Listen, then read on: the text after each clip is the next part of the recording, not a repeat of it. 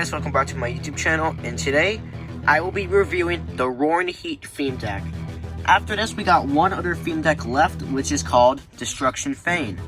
Thank you guys for watching the Mewtwo Mayhem video. Let's get on to it.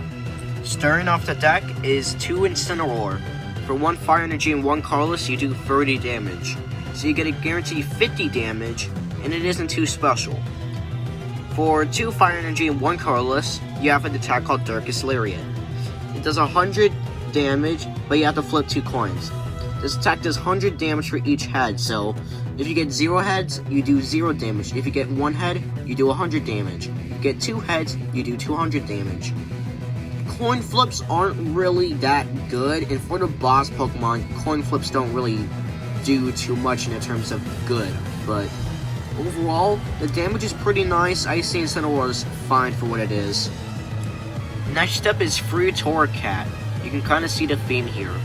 For 1 Fire Energy, you do 20 damage and you have to flip 3 coins. This attack does 20 damage for each heads. 0 heads, you do 0 damage, 1 head 20, 2 heads 40, and 3 heads 60. For 2 Fire Energy and 1 Colorless, you do a base of 90 damage and you have to discard an energy. The funny thing is, this was the same attack that's used in the Battle Mine theme deck for that Incineroar.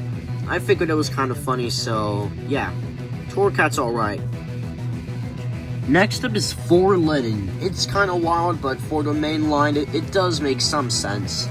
For 1 Energy, Bite does 10 damage, and for 1 Fire Energy and 1 Colorless, you do 20 damage. Overall, Litten's just to be evolved, and that's it. Next up is the only other Fire-type Pokemon in this deck, for some reason, Torkoal. For 1 Fire Energy, you have Singe, and your opponent's active Pokemon is now burned. It's a bad attack. But for 1 Fire Energy and for 1 Colorless, Body Slam does 50 damage, and you flip a coin. If heads, your opponent's active Pokemon is now paralyzed. Now, this isn't like a super good attack, but if you can get it off, it does some decent things. I said that Mareep from Lost Thunder, or Stormcaller, I'm sorry, from Stormcaller, that card was pretty good. I said it was really good, actually. So this meeting here is pretty nice. Overall, Torkoal's nice, pretty good to have, and overall, just Torkoal's not pretty good. Next up is 2 Bulldor. For 1 Fighting Energy and 1 Colorless, you do a base of 30 damage. For 1 Fighting Energy and 2 Colorless, you do 50 damage, and this attack's damage isn't affected by resistance. It's an okay attack, just if it had higher base damage, and it could be pretty useful. Next up is 2 Roggenrola. For 1 Fighting Energy and 1 Colorless, you do a base of 20 damage. And if your opponent's active Pokemon has a fighting resistance, this attack does 50 more damage. Due to fighting resistances, it's 50, but due to the new ones, it's actually 40, so this attack isn't great in the modern days. In the days when the set came out and this was around, it was okay, but it's not that good now. The next Pokemon is 1 Palossand. It has a base of 130 HP, and this will be important in the future. The ability Wall of Sand means that this Pokemon takes 20 less damage, so to one-shot it, you'll need an attack of at least 150 damage. For 1 Fighting Energy and 3 Colorless Energy, which is 4, you do 50 damage. However, to make up for it, you heal from this Pokemon the same amount of damage you did to your opponent's active Pokemon. So you hit something for 50 damage, you heal 50 damage. This card is a very good way to stall once you get it out. It's a good way to stall because you can just use its attack to buy time, and you can use it as a way to just keep it for a while. I've played this against Destruction Fane, and this card won a lot of games. Palossand's really good. Like, Palossand is really good. If there was 2 of these, I'm pretty sure this deck would have a higher rating, but overall, Palossand's just one of the best Pokemon in this deck. Next up is 2 Sandygast. For 1 Energy, you have an attack called Shore Up, and you attach a Fine Energy card from Discard Pile to this Pokemon. It's nice for some energy acceleration, but overall, it's not like too good. For 1 Fighting Energy and 2 Colorless, you do 30 damage, and the defending Pokemon cannot retreat during your opponent's next turn. Overall, it's a pretty good attack, and it definitely does have its purposes, but Sandygast is just to be into Palossand, nothing else. Next up is 2 Pissimian. For 1 fighting energy, you do 30 damage to one of your opponent's bench Pokemon. For 2 colorless energy, you do 10 damage at base, and this attack does 30 more damage for each of your bench Pissimian.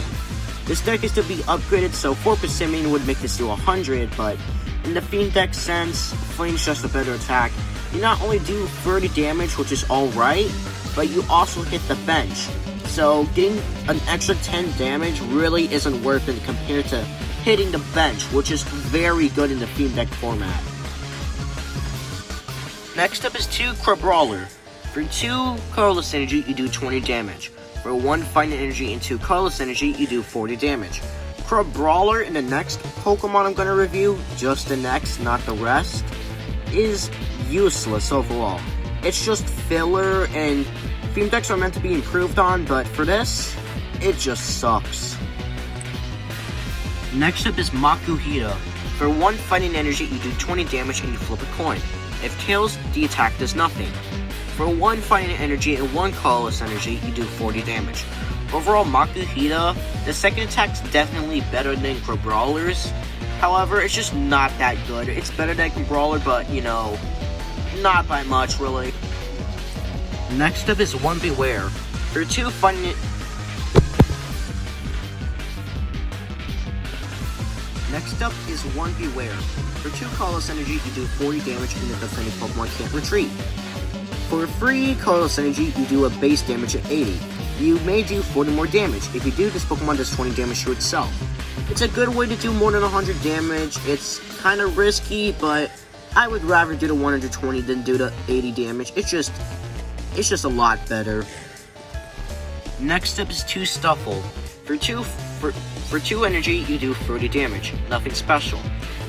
Next up is 1 Oranguru. The ability Instruct allows you, once during your turn before you attack, you may draw a card so you have 3 cards in your hand.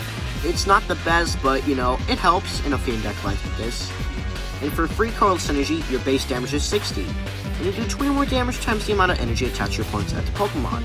So the average, let's say 3, this allows you to do 120 damage, which is double the amount of the base.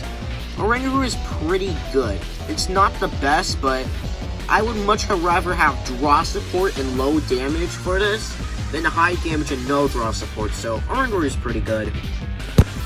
Next up is 1 Lily. You draw a card until you have 6 cards in your hand. If it's your first turn, you draw a card until you have 8 cards in your hand. It's a good draw supporter, but it's not that good. Lily's alright, but the new Sun and Shield rules really injure it a little. Next up is 1 Professor Kukui. You draw 2 cards, and you do 20 more damage to your opponent's active Pokemon during that turn. It's pretty good and allows for extra damage. However, that's about it. Next up is 2 Howl, and you draw 3 cards. It's pretty sad, but this is the most consistent draw option. That's about it. Next up is 2 Nest Ball. You search your deck for a basic Pokemon, and you put it onto your bench. Then you shuffle your deck. It's a pretty good search option. That's about it. Next up is 2 Timer Ball. You flip 2 coins. For each head, search your deck for an evolution Pokemon, reveal it, and put it into your hand. Then shuffle your deck. It's a good way to find evolution Pokemon. Next up is 1 Ultra Ball. You discard 2 cards from your hand. If you do, search your deck for a Pokemon, reveal it, and put it into your hand. It's a good way to find Pokemon. You do have to discard, but there are some cards that you really don't want to use in here, so it's alright. Next up is 1 Potion. You heal 30 damage from your Pokemon. That's about it, really. Next up is 1 Big Palossand. You heal 20 damage and remove a special condition from your active Pokemon. It's pretty nice overall.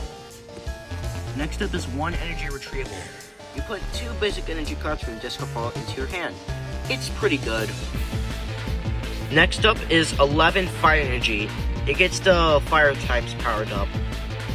Next up is 9 Fighting Energy. It gets the fighting types powered up. The pros and cons of this deck are you got some pretty good damage, you got some good search, you got a pretty good wall through Palossand, and you got some niche energy acceleration through Sandygast. Those are the pros of this deck, and that's about it. The cons are, you have bad draw support, you do have some useless Pokemon, some of them are filler, and overall you don't really have too many consistency options. Because only Oranguru is the consistent draw supporter, because it's a Pokemon and it has the ability. Because you only have one Lily and one Kukui. You have two Howl, but that's about it. The cons I mentioned are pretty big when compared to the pros. Here's what the score means. The score means how well the pros and cons stack against each other. The grade means how well the cards stack up. What do I give this deck in terms of score? Overall, I give it a 6. I would give it a 7, but that's Lightning Loop range, so that's being way too kind. What do I give it in terms of a grade? I give it a C-.